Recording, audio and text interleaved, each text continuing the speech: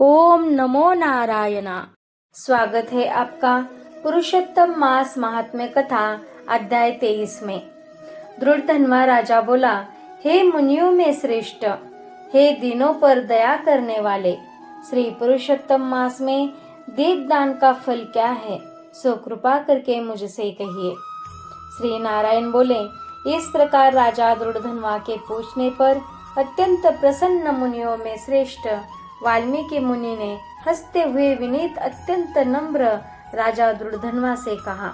वाल्मीकि मुनि बोले, हे राजाओं में सिंह सदृश पराक्रम वाले, पापों का नाश करने वाली कथा को सुनिए, जिसके सुनने से 5 प्रकार के महान पाप नाश को प्राप्त होते हैं। सौभाग्य नगर में चित्रबाहु नाम से प्रसिद्ध बड़ा बुद्धिमान अत्यंत बलवान राजा था।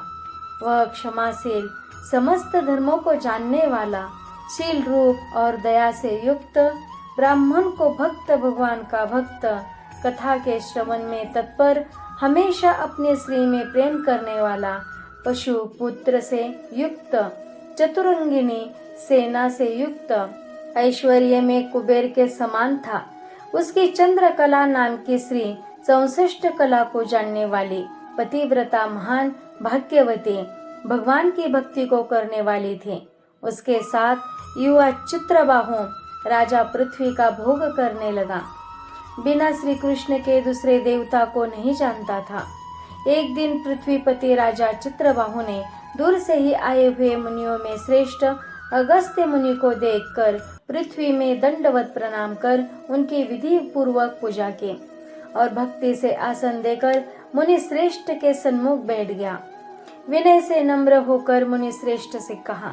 राजा बोला, आज मेरा जन्म सफल हुआ, आज मेरा दिन सफल हुआ, आज मेरा राज्य सफल हुआ, आज मेरा गृह सफल हुआ। जो आप श्री कृष्णचंद्र के सेवक आज मेरे गृह में आए हैं, आपसे देखा गया है, ताप पुज्जस से मुक्त हो गया। आपको हाथी, घोड़े, रथ से युक्त समस्त राज्य समर्पण किया। हे मुनि श्रेष्ठ, आप वैष्णव हो, आपके लिए कोई भी अदेय वस्तु नहीं है। वैष्णव को थोड़ा भी दिया हुआ मेरु पर्वत के समान होता है। जो कौड़ी के बराबर शाक अथवा उत्तम अन्न जिस दिन वैष्णव ब्राह्मण को नहीं देता है, वह दिन उसका विफल है, ऐसा वेद के जानने वालों ने कहा है। जो कोई द्विजाति विष्णु भक्त हो, वे सब पूज्य है। उनका वाणी, मन, कर्म से सत्कार करना चाहिए, ऐसा मुझसे गर्ग, गौतम, सुमंतु ऋषि ने कहा है। जब तक सूर्योदय नहीं होता है, तभी तक तारागण की प्रभा रहती है। जब तक वैष्णव ब्राह्मण नहीं आता है, तभी तक दूसरे ब्राह्मण कहे गए हैं। अगस्त्य मुनि बोले, हे चित्रबाहो, हे महाभाग, हे नृप, इस समय तुम धन्य हो, ये सब प्रजा धन्य है, जो तुम वैष्णव की रक्षा करते हो। जो राज्य वैष्णव का नहीं हो, उसके राज्य में वास नहीं करना। शून्य वन में वास करना अच्छा है, परंतु अवैष्णव के राज्य में रहना अच्छा नहीं है। जिस प्रकार नेत्रहीन शरीर, पतिहीन स्त्री, बिना पढ़ा हुआ ब्राह्मण निंद है, वैसे ही वैष्णव रहित देश निंद है। जैसे दांत के बिना हाथी, पंख के बिना पक्षी, दशमी, विधवा, द्वादशी, एकादशी कही गई है, वैसे ही वैष्णव रहित देश है। जैसे कुशा रहित संध्या, तिलहीन तर्पण, वृत्ति के लिए देवता की सेवा है, वैसे ही वैष्णव रहित देश कहाँ है।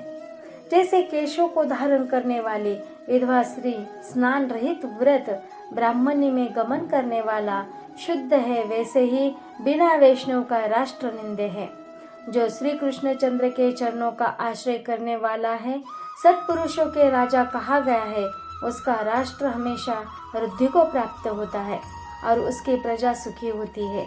हे राजन, जो मैंने तुमको देखा, इसीलिए मेरी दृष्टि सफल हुई। भगवत भक्त आपके साथ बात करने से आज मेरी वाणी सफल हुई। हे राजन, मेरी आज्ञा से यह राज्य तुमको करना चाहिए। मैंने इस राज्य में तुमको प्रतिष्ठित किया, तुम्हारा कल्याण हो, मैं जाऊंगा। मैं श्री नारायण बोले, इस प्रकार कहकर जाने की इच्छा करने वाले श्रेष्ठ मुनि अगस्त्य को चित्रबाहु राजा की पतिव्रता श्री ने परम भक्ति के साथ प्रणाम किया। अगस्त्य मुनि बोले, हे शुभे, तू सदा सौभाग्यवती हो और भक्ति से पति की सेवा कर। श्री गोपी जन के वल्लभ श्री कृष्णचंद्र में तेरी सदा दृढ़ भक्ति हो। इस प्रकार आशीर्वाद देते हुए अगस्त्य ऋषि से विनय पूर्वक सिर नवाकर और अंजलि बांधकर चित्रबाहु राजा ने फिर कहा।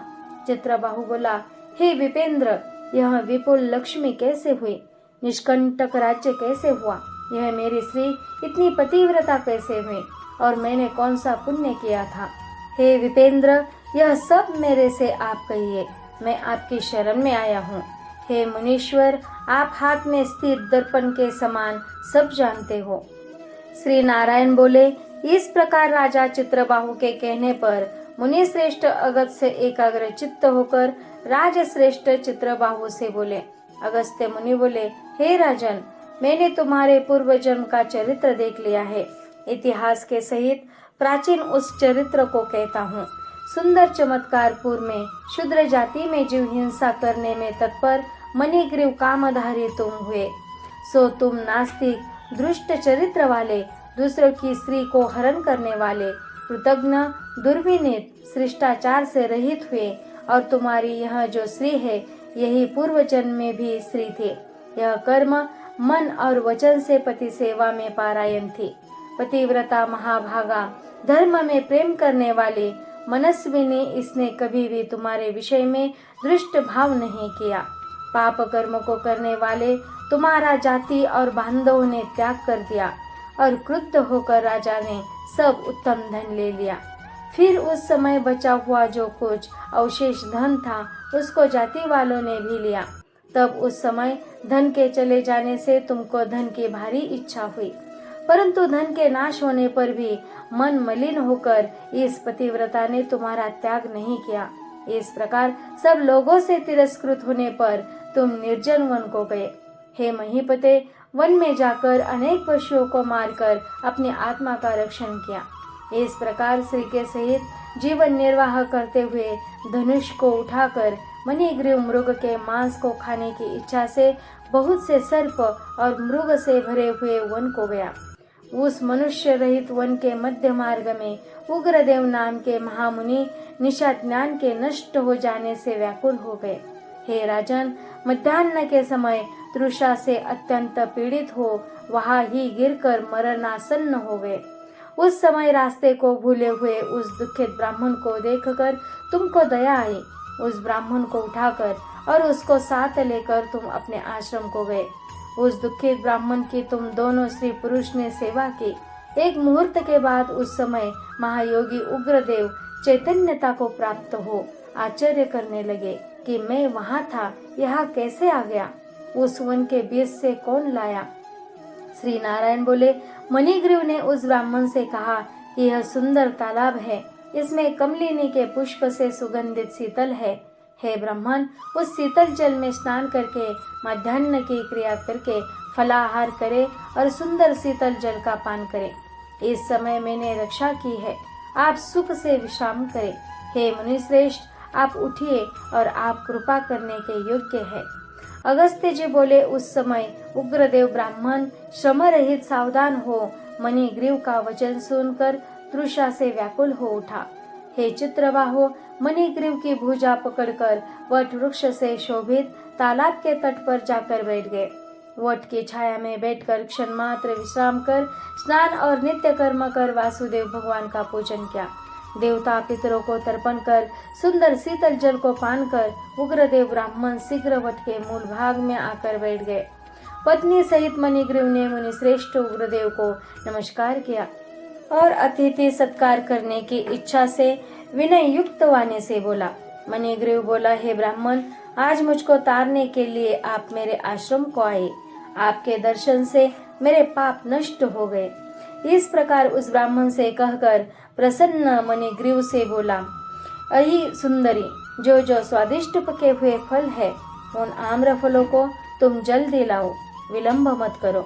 हे शुभानने, और जो कुछ कंद आदि हो उनको भी लाओ। इस प्रकार से अपने पति के वचन को सुन फलों को और कंदादि को लाकर हर्ष से ब्राह्मण के सामने रखती है। मणिग्रीव फिर मुनि श्रेष्ठ से वचन बोला, हे ब्राह्मण, इन फलों को ग्रहण कर मुझ स्त्री पुरुष को कृतार्थ करे। उग्रदेव ब्राह्मण बोला, तुमको मैं नहीं जानता हूँ, तुम कौन हो, सो मेरे से कहो। विद्वान ब्राह्मण को चाहिए कि अपरिचित का भोजन नहीं करे। मणिग्रीव बोला, हे द्विज शार्दूल, मैं मणिग्रीव नामक शूद्र जाति का स्वजनों से जाति वालों से अपने बांधवों से त्यागा हुआ हूँ। इस प्रकार शूद्र के वचन को सुनकर प्रसन्नात्मा उग्रदेव ने फलों को खाया, बाद जल को पिया। ब्राह्मण को सुख से बैठे देखकर मणिग्रीव उग्रदेव ब्राह्मण के पैरों को अपनी गोद में रखकर दबाता हुआ फिर वचन बोला। मणिग्रीव बोला, हे मुनिश्रेष्ठ, आप कहाँ जाएंगे? इस निर्जन जल रहित हिंसक जंतुओं से भरे दुष्ट वन में कहाँ से आए? उग्रदेव बोला, हे महाभाग, मैं ब्राह्मण हूँ, प्रयाग जाना चाहता हूँ। इस समय रास्ता न जानने के कारण भयंकर वन में चला आया हूँ। उस जगह थकावट और प्यास के कारण क्षण भर में ही मरणासन हो गया। बात तुमने मेरे को प्राण दिया। हे मणिग्रीव, बोलो तुमको मैं क्या दूं? हे मणिग्रीव, तुम दोनों स्त्री पुरुष ने किस दुख के कारण वन में आश्रय लिया है? उस दुख को मुझसे कहो, मैं उस दुख को दूर करूंगा। अगस्त्य मुनि बोले, इस प्रकार उग्रदेव ब्राह्मण के वचन को सुनकर अपने श्री के सामने उस मुनीश्वर उग्रदेव की प्रार्थना कर दरिद्रता समुद्र को पार करने की इच्छा वाले मणिग्रीव ने अपने कर्म के भयंकर फलरूप वृत्तांतों को कहा। इति श्री ब्रह्मनारदीय पुराणे पुरुषोत्तम मास महात्म्ये त्रयोविंशोऽध्याय। हरे शरणम। ओम नमो नारायण।